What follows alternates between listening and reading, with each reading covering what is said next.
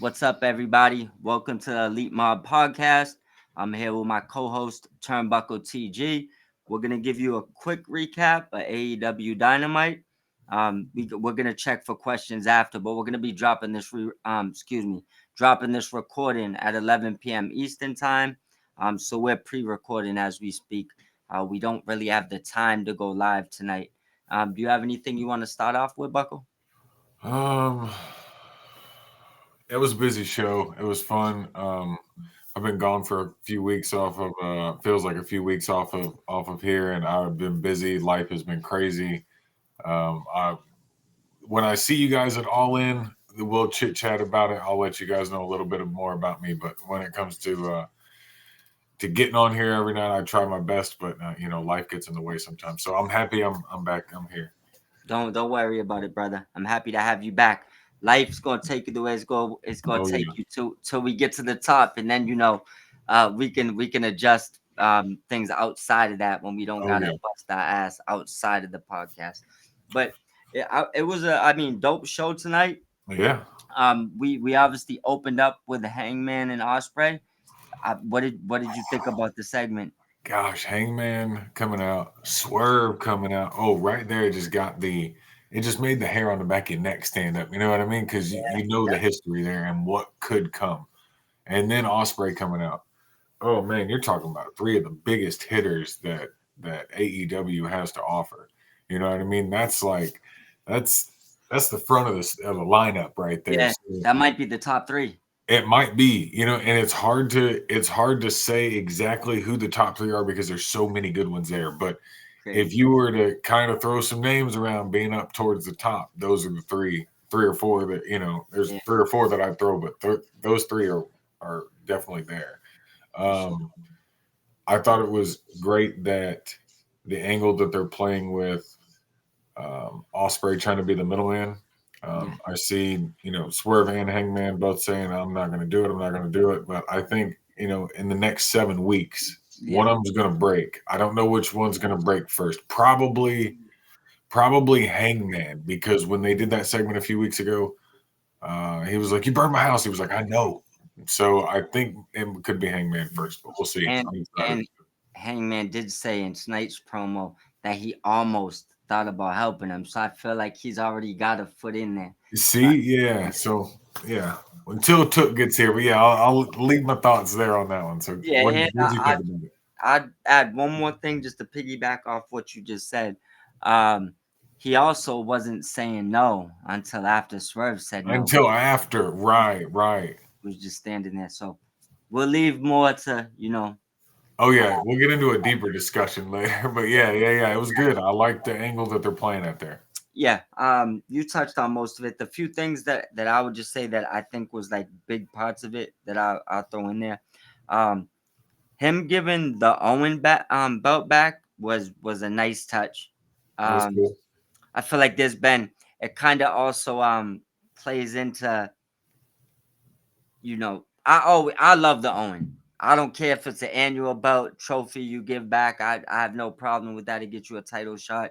Yeah, Um, but I feel like it plays on the people that says that belt has like no meaning. They just hold on to it like a few times. So now he's letting you know, look it, I won that. That's a stepping stone. It's not what I'm worried about right now though. Like right. nice I belt. I feel like it does have meaning to him, but to me, it had a lot of significance with him saying, "Here, almost like we'll pass this to the next winner next year." You know what I mean? So it was cool. I understand why he did it, but um, yeah, I mean, what Hangman go carry around a pink Owen belt? You know what I mean? So like, um, but everything else you hit on. I did like the play on the Bucks video too. yes, Uh, very good. that's the long term booking. I I like love that. that. They're Yeah. bringing in that old stuff from a while back, and that's good storytelling there. Yep. And Osprey playing Peacemaker while being the chaser is, I mean, is probably like a nice little touch on that. Yeah, So we're in agreement. I mean, these guys are knocking. They're not missing on promos lately. uh-uh. I mean, there's been a few mishaps here and there, but they're knocking them out the park. Um, After that, we had a Anarchy video package. We don't got to dive into that. That if there's a match to show somebody that's never watched AEW and tell them this is the alternative and there's a match to show them, give them that. If That they was watch that match and they leave it not wanting you or not interested, I'd be very surprised. yeah. The energy from that was just top notch. I mean, all around. They had everything you could possibly want. So Yeah, that was cool. yeah. And then that let the bodies hit the floor. They just had me like back in like the That's year what I was 2000. saying, dude. The energy just started on 10 and it stayed there. So Yeah, that was awesome. yep. I like it. From the even from the music to the match, it just brought you on a roller coaster. It started off with Oh yeah. a song we was asking to just please take that off. Then they got the crowd excited. Then they went to let's get extreme. Like I Anytime you can get the crowd invested that deeply like that, because yeah. those people were screaming that shit. So I think that was great. That was high energy level stuff. That was awesome, awesome tactics to bring that out of people. That was cool.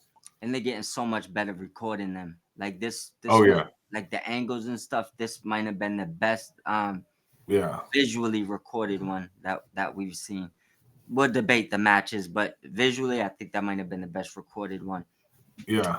That was awesome. Yeah, for sure. Now, following that, we had the Death Riders arriving, and only the Death Riders can in style. Pickup truck with Mox in the back. Um, Mhm. Gabe Kidd with them. They come out straight to the match. They was going against Briscoe, Willow, and Speedball. First time I think I can't even remember. I think I posted this that we've seen two bare feet wrestlers in the same match. Like Mm. I don't know. That's like a Google search. It's probably gonna be a while before you find that. That might be the Last king. time I might have seen that was in Bloodsport. Yeah, you feel me? They might be the king and queen, not together Oh wise. I know Speedball is married and Marina's with Roddy, but they might be the king and queen of bare feet wrestling right now. yeah. That was Yeah. cool. Yeah. Now, as far as the match, what did you think about it? I thought it was cool. I thought there were some moments there that could be um what they would make it or saying TV is like a spinoff. You could build more out of it, like the whole Gabe kid putting Speedball through a table. Like I feel like there's an angle there that you could build off of that and do like a Speedball and Gabe Kid match later.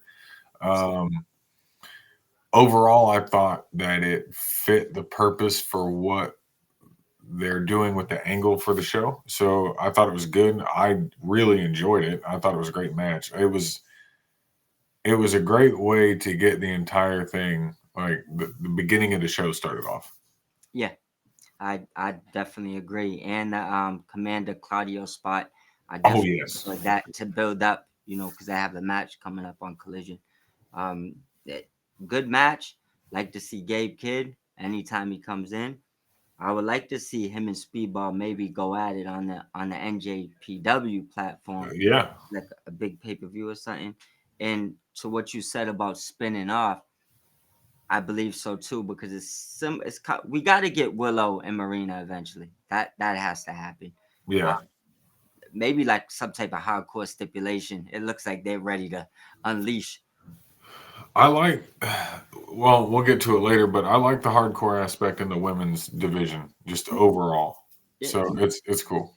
I me agree. too. Another thing too, with to say what you were saying, they already spun one off because if you remember, Briscoe interfered in Anarchy in the arena. Now he got spun into the match. Yeah, he got spun into it. Yeah, Yeah, I definitely could see this spinning out to a few different things. oh for sure. 100%. The ending, I guess was cool.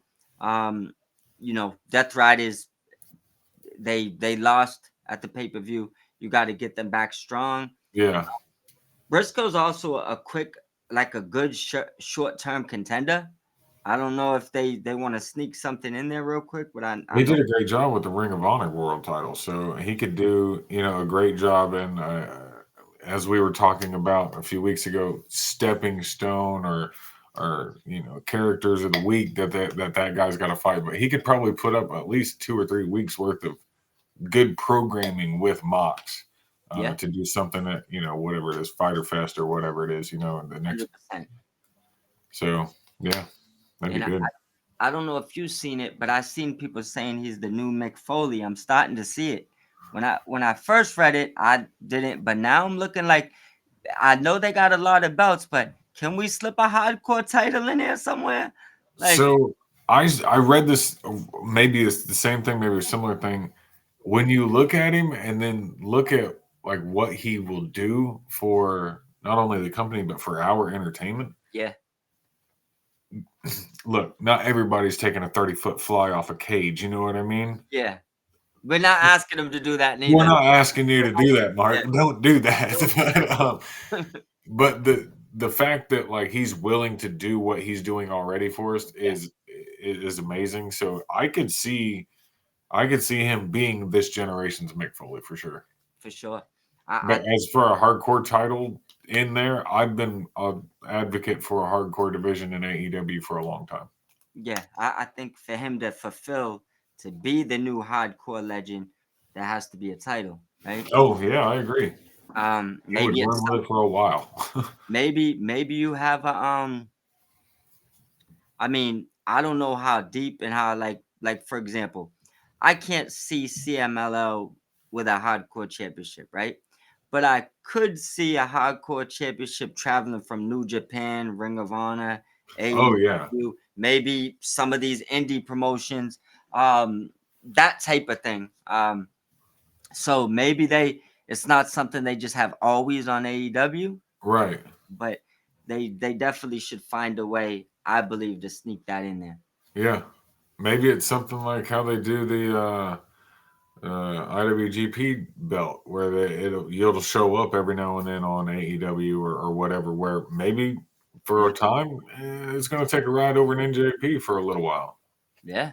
I mean, a hardcore title might be what pops off Ring of Honor. So like, Yeah, you never know. you never know. I mean, Yeah. ECW took off back in the day like wildfire because of that kind of stuff. So I mean, who Yeah. knows? People seem to like it, but I mean, to a degree, and then it starts getting scrutinized real heavy and stuff. So like tonight in the match Yeah. with well, we'll get to it later. Go ahead. What we got next? All right. Well, moving on. The next thing is simple. We had the Syndicate video package, which I believe they take after Double or Nothing. MJF completely cooking. Do you have anything you want to touch in on that? Pretty short promo. It's short. I liked it. I liked how they all seemed unified in that. Yeah. For some reason, I still, in the back of my mind, says MJF is going to turn on him somewhere along the way. I don't know when, but I don't know. Yeah, I did see Bobby give him a side eye one time, and I when did see that, but and then he put his arm around him after that, and I was like, well, maybe Bobby just saw somebody move off to the side or something. I don't know. and I don't know. You know how AEW is with those little subtle things. Right. I think Bobby eventually grows to like him, and that's when MJF plans his move. Also, I mean, once again, could just be coincidence. Also, friends and companies, you know how that goes. But Hammerstone, I think, was backstage. I saw something about that Recently at AEW. I would still love to see him and Holiday coming to AEW and revamp the dynasty. Yeah. With MJF, but we'll see how that goes. But him being backstage, that means they at least probably had a chance to talk to him. Yeah. Yep. For sure. Yeah, for sure, 100%. And like you said, they definitely, other than the things that you have to pick out, they seemed more unified. Moving on, the next promo we had Bane and Ford. Basically, they was telling Holly and Anna they had to cheat to win. That was a pretty short promo. It went right into a Ricochet promo saying that he wants gold. He's back, kind of what he came there for, and he needs a crew. So, I mean, thoughts on the two promos there? I thought they were they were good. The Penelope and Megan Bayman was quick, um, short and straight to the point. Um, what was the other one again? Sorry. The other one, no, it's all right. The other one was Ricochet saying he wants Yeah, gold, needs to get a crew. He kind of yeah. said he needs lackeys, really, not really like a crew, but like Well, he said the word crew a yeah, couple times, but it could more be just an interchangeable word with like squad or team or whatever. But if he did insinuate, if his intention was to insinuate bringing the crew in to work with him, now it's not necessarily a bad idea. I think if they gave him some sort of, I like the Lando Calrissian sort of look that he carries, but if he had, a couple little henchmen that go with him, it would make him have a different presence. I think he was throwing subliminals that the crew will eventually end up with him. Yeah, I think so. One thing I will say though, I think they all fit together, especially Styles, because they all kind of could do crazy stuff in the ring. And it's also a good way to get the young buck exposure. No pun intended. But Andretti, Oh because yeah, for sure. I feel like he could do a lot of this, not to the same level, but he could do a lot of that stuff. So Yeah. to get him next to Ricochet wouldn't hurt him. But I feel like them three together would be missing somebody. It's like Yeah, something yeah, they would need missing at there. least somebody else. Yeah, like that. I feel like they can't be a trio. Like there's have to be like a fourth A member. fourth or a fifth. I feel like there would I put either, you need a power guy. yeah, you need a big guy. Yeah, it's like who's you know what I'm saying? That's why that them three together is missing something if you ask me. Yeah. Yeah, I Uh, might have to think about it a little bit and figure out who the big guy could be, but right now it wouldn't work, but I would have liked because there's no reason to change trajectories right now for either one of them. They're killing it in what they yeah. um Yeah, but Crew's doing a great job over there with what they're doing. but what I was gonna say is had Hobbs not been part of the ops, Hobbs would have been great to Thomas be would with have been Ricochet. good. You know what I mean? But you don't want him bad again right now. It doesn't make no sense. Nah. Um, No, he's a big fan favorite right now with what he's got going on. yeah, Ricochet's a perfect heel. It's like Yeah. you gotta have to let them run their course before you change trajectory and any of that. Yeah. As far as the next match we have coming up, we have Bane and Ford versus Anna Jane Holly. It's the rematch from the pay per view. This one went no DQ. The few things I'll throw in before I get to the matches, all the ladies are matching again. So I feel like this is I subtle. noticed that. Subtle. Probably see the women's tag team straps come soon. Yeah. Also, I don't know if you noticed when Anna and Holly came out together and the way like Phil the Wrath went on the screen, I feel like that could be potentially the name of their tag team. Just might not officially been dropped, but it kind of looked like it was hinted towards that.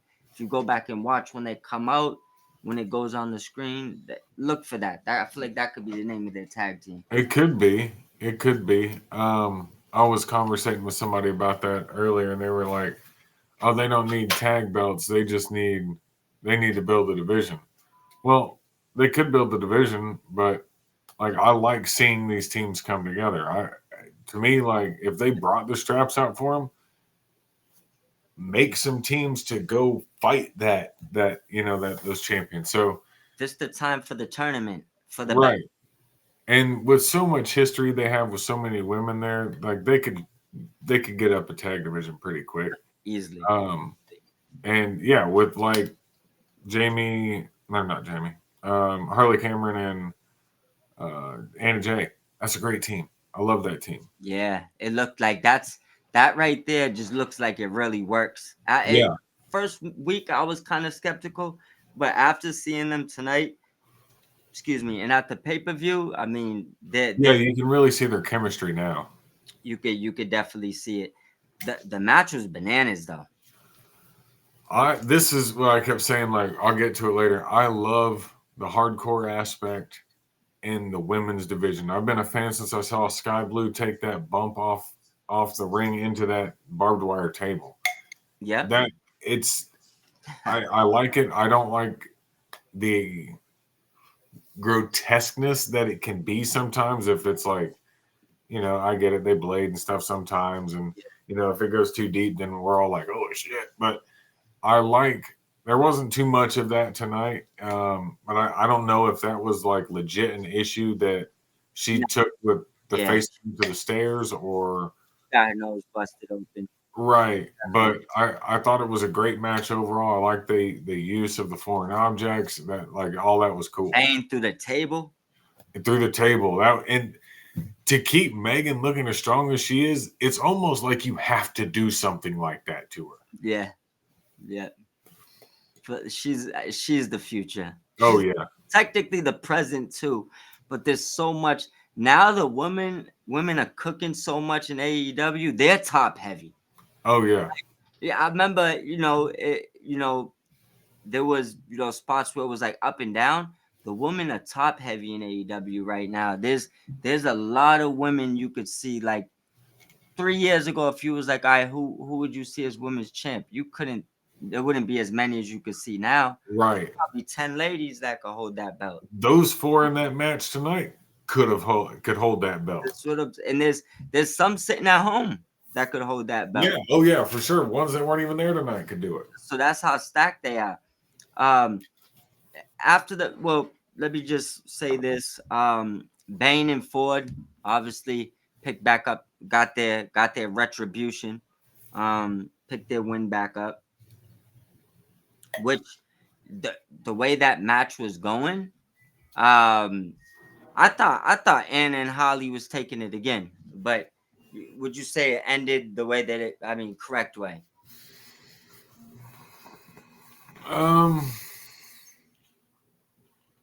It was yeah, maybe. I don't know.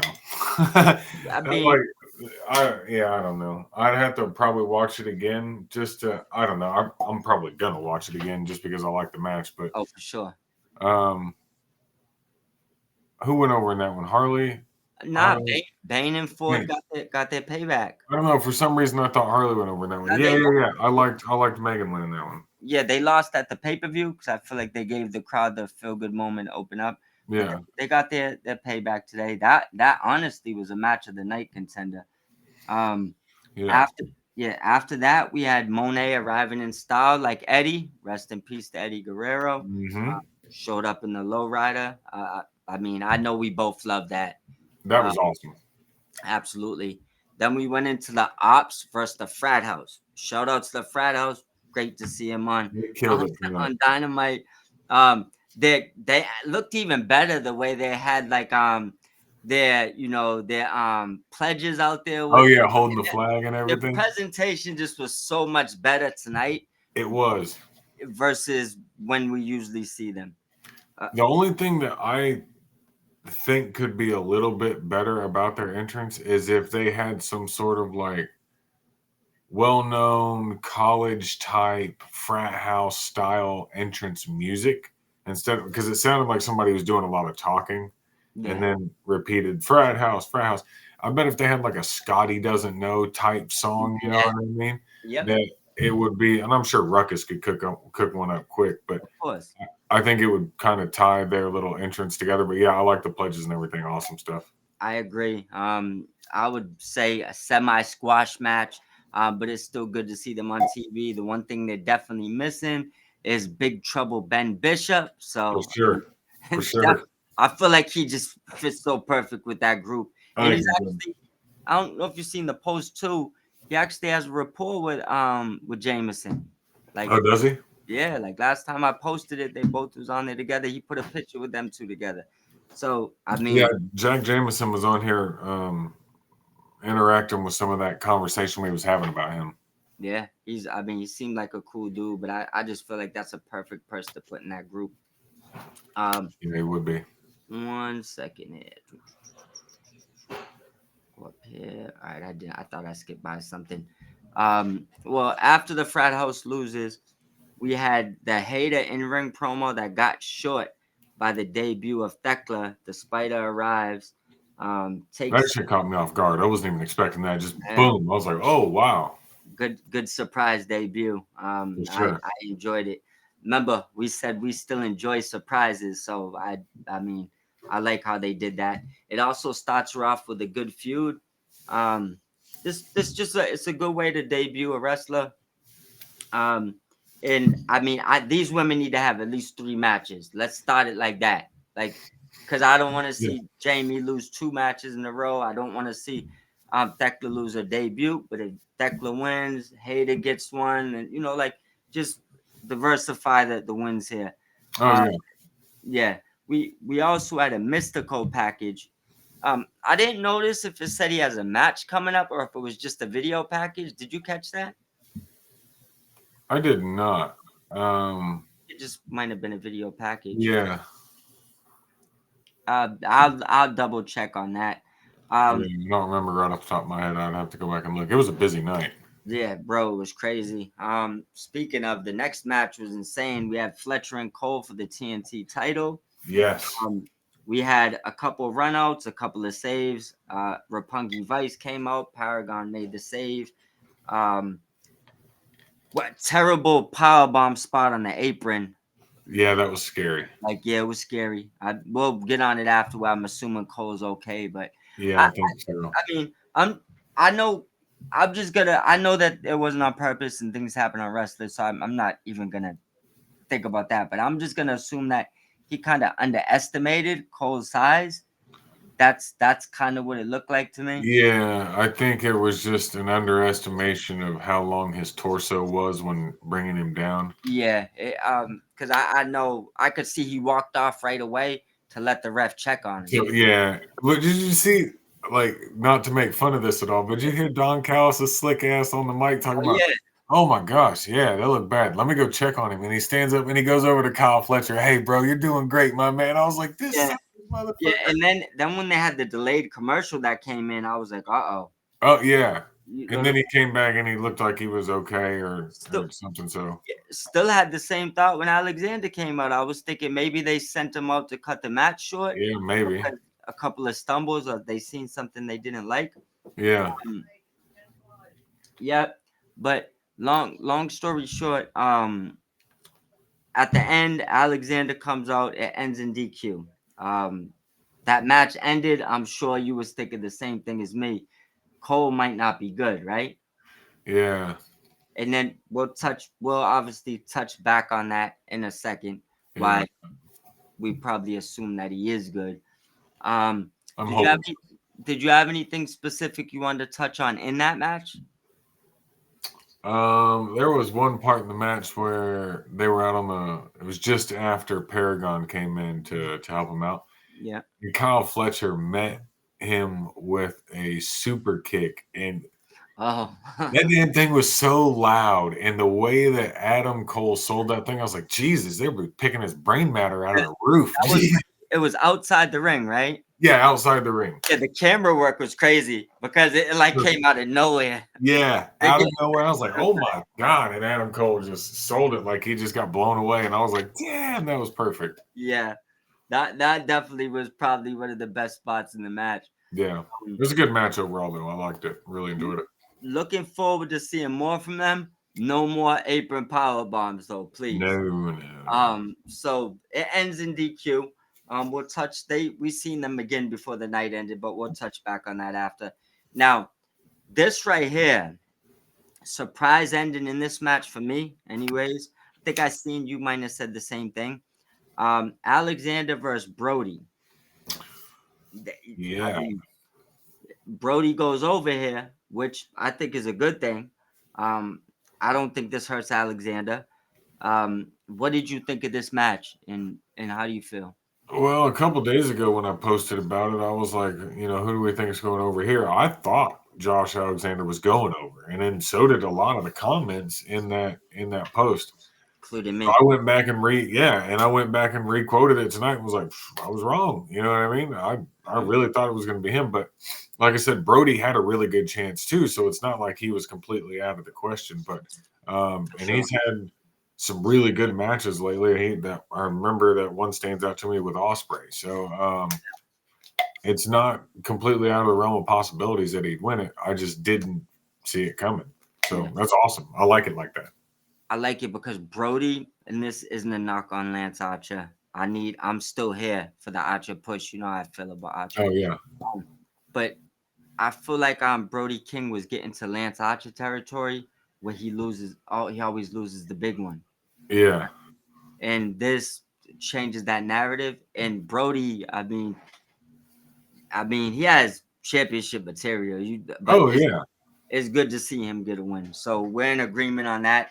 Alexander isn't buried, right? No. I'm joking.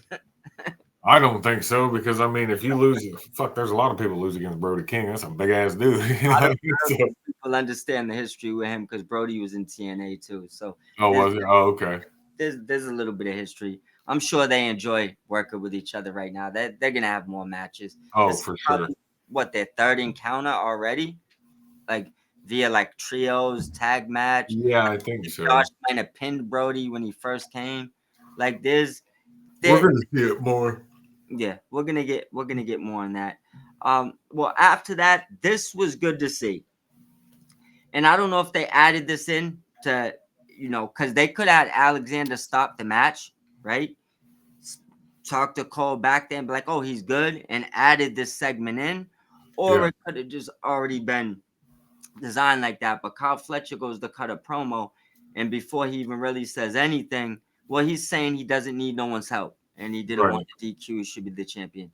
And and Cole attacks him out of nowhere, which basically kind of ensures us But he's that okay. he's okay, which was Yeah. good to see. Um, I mean, I saw the DQ coming because, like, honestly, they've been building Fletcher up to an upper mid card upper mid card to a main card caliber type talent, and if you're gonna take him against somebody like Adam Cole, who's a champion already, you don't want to diminish somebody you're building up. So how do you make it go down? Well, DQ because of interference, and then that can push them off to whatever event later so that they can have another match for the title. I definitely agree.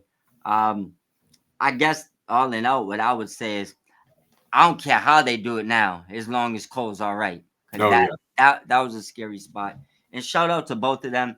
Wrestling's a dangerous sport, and this is why you leave it to the professionals. yeah, a lot Even of estimation in there.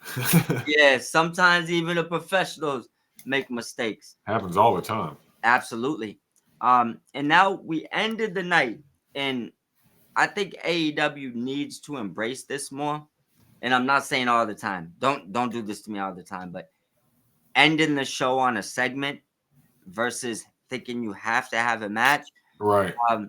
Because I think sometimes that might build more anticipation going Mhm. into the next show than a match, especially for certain types of fans, not Right. specifically myself, but just going off of other types of fans. Now, Tony came out. Monet came out on a heater saying, rest in peace to Owen Hart and Eddie Guerrero. Oh yeah. Basically, she's better than both of them. That was crazy. Didn't expect that. I don't take it personal. It's just, I know some people get crazy. Oh yeah. It's TV. Um, her, Monet and Tony, you know what they was gonna do.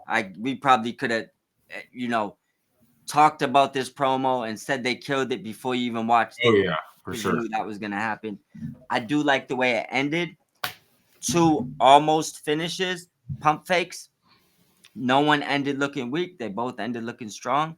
How did you feel going out? Dynamite ending on this. I liked that they added this segment, like you were saying. And you're right; they don't always have to feel like they need to end it on a match, even if it's somebody coming out at the end of it to do whatever. Or a segment's good too. I like a Yeah, segment every now and then. especially good ones. Yeah, especially really good ones with people that I'm looking forward to seeing. I'm These looking forward to promos seeing been this match. crazy. All hits. Oh yeah, and Tony Storm's been in her promo bag for a minute, and Monet being the belt collector that she is and coming fresh off that Owen win, I mean, makes sense that she's out there, um, and doing her thing. Absolutely. I thought it was funny when they were both doing like the little dance taunts at the end. That shit was funny as hell to me.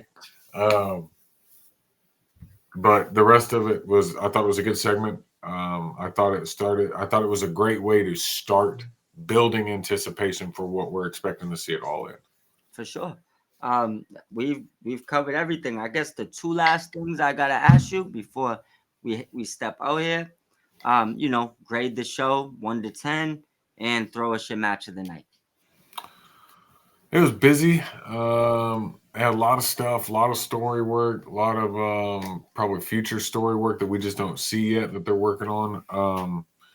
Overall, I probably give it like a 8.5, 9, somewhere in there. I liked it a lot. And then what'd you say, my match of the night? Yes, sir.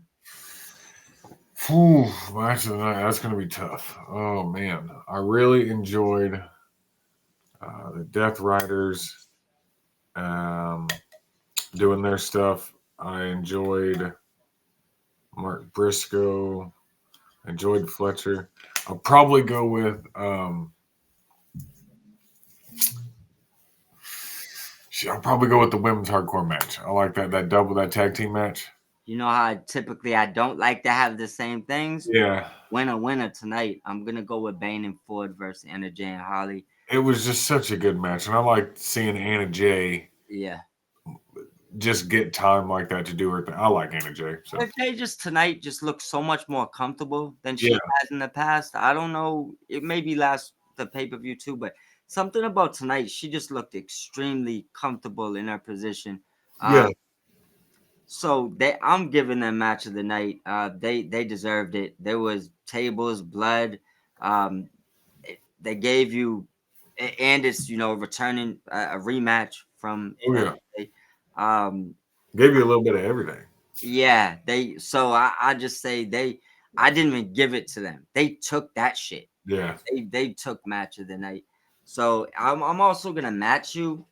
This is an 8.5 for me.